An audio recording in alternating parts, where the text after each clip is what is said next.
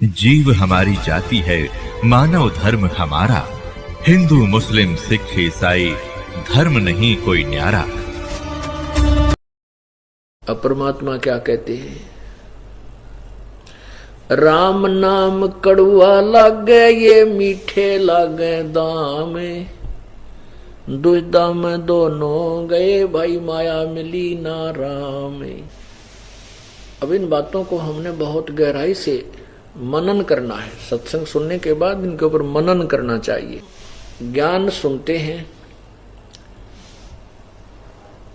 और उसके ऊपर मनन करके फिर अनुसरण करते हैं तो हम सफल होंगे, अवश्य होंगे। पुण्यात्माओं, जो बच्चे अभी जो श्रोतागण अभी आए हैं, कोई 2 वर्ष से, कोई 3 वर्ष से, कोई 4 वर्ष से, और जो उससे पहले के अभी तक लगे हुए हैं, वो तो इन बातों से परिचित हो चुके हैं और उन्होंने अपने सब क्रियाओं को चेंज भी कर लिया है, बदल लिया है। यदि कोई नहीं बदल पा रहा है तो कर्महीन है। बदल जब तक नहीं पाते, जैसे ही हम कोई कार्य करने लगते हैं, नाम उपदेश ले रखा है और हमारा कोई, जैसे कोई लड़की का ब्याह है या कोई मकान बनाना है या कोई और ऐसी व्यवस्था, जमीन खरीदनी है, और उसमें हमें सहयोग प्रभु का नहीं मिल पा रहा, तो हमारी कोई वीकनेस है, कमजोरी है। परमात्मा हमें सहयोग नहीं दे रहा, चाहे हम 10 वर्ष से 15 वर्ष से नाम लिए हुए। फिर वो व्यक्ति क्या करता है? वो फिर अपनी मर्यादा को नहीं निभा पाता और फिर कहीं ना कहीं से तिगड़मबाजी शुरू कर देता है।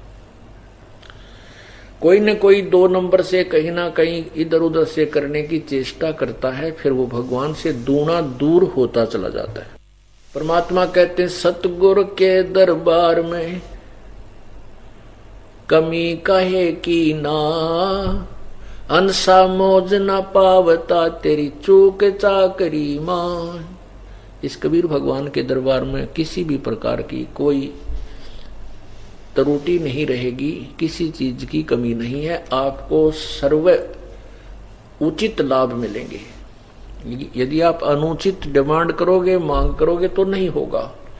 आपकी जो आवश्यक वस्तुएं हैं, आपको जो आवश्यक धन है, आवश्यक जो कार्य हैं, वो अवश्य होंगे, क्योंकि ये वो परमात्मा है जिसके शब्दकोश में असंभव शब्द नहीं है।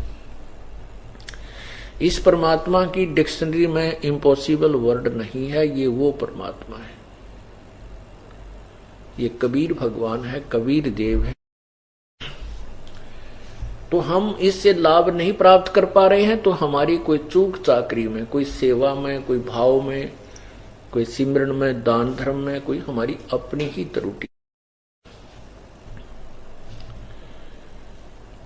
अब जो भक्तात्मा सत्संग में आते हैं, नए नए बच्चे हैं, 2-3 वर्ष तक, तो 3 वर्ष तक भी हम नहीं मानते कि ये बच्चा पूर्ण रूप से परिपक्व हो चुका होगा। 3 वर्ष पार कर जाता है तो फिर हम उसको, 3 वर्ष तक वो डगमग नहीं होता है तो हम समझ जाते हैं प्रभु ने पहुंचा पकड़ लिया। और जो 3 वर्ष से पहले ही दूर फिसल जाता है तो वो प्रभु से रिजेक्ट हो चुका है।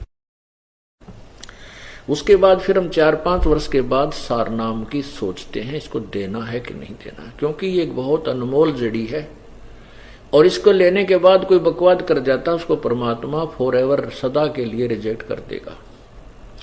इसलिए हम इस सारनाम को तो बहुत ही सोच समझ के खूब समय देते हैं, कहीं ये दास दोषी ना हो जाए, क्योंकि एक ऐसी अनमोल जड़ी थी, आज तक किसी को नहीं दी और आगे देने का अधिकार नहीं दिया। उन पुण्यात्माओं को जिनको प्रभु स्वयं मिले, उनको केवल स्वयं जाप करने तक ही सीमित रखा, अन्य को तो सतनाम बताने के लिए भी नहीं कहा। वाणी में लिख देना कोई और चीज होती है, आगे आदेश उपदेश देना कोई और वस्तु होती है। और वो जड़ी इस दास को दी है, और मैं इसको बहुत सूझबूझ से प्रयोग नहीं करूंगा तो मैं दोषी हो जाऊंगा। ऐसी गलती दास नहीं करेगा, क्योंकि मेरा उद्देश्य कोई और नहीं है, केवल कल्याण करना है, स्वार्थ नहीं है। स्वार्थी व्यक्ति डूब सकता है।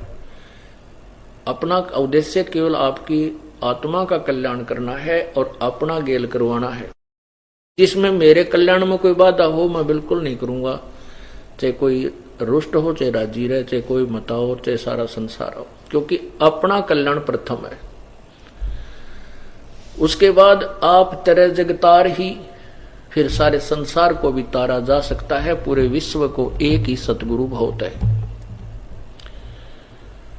तो इसलिए फिर हम सार नाम देते हैं और सार नाम के बाद फिर सार शब्द की बारी आएगी।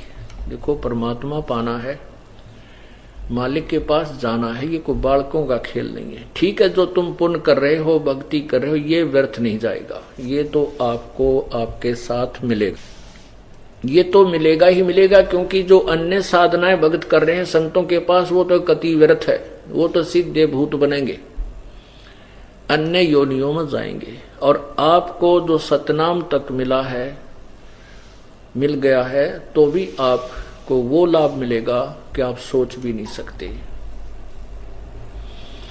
ना जाने आप करोड़ों बार इंद्र बन सकते हो और करोड़ों बार आप देव बन सकते हो और लाखों वर्ष आप स्वर्ग में भी रह सकते हो। इतनी पुण्य कमाई आपकी बन जाएगी, लेकिन रहोगे काल के जाल में।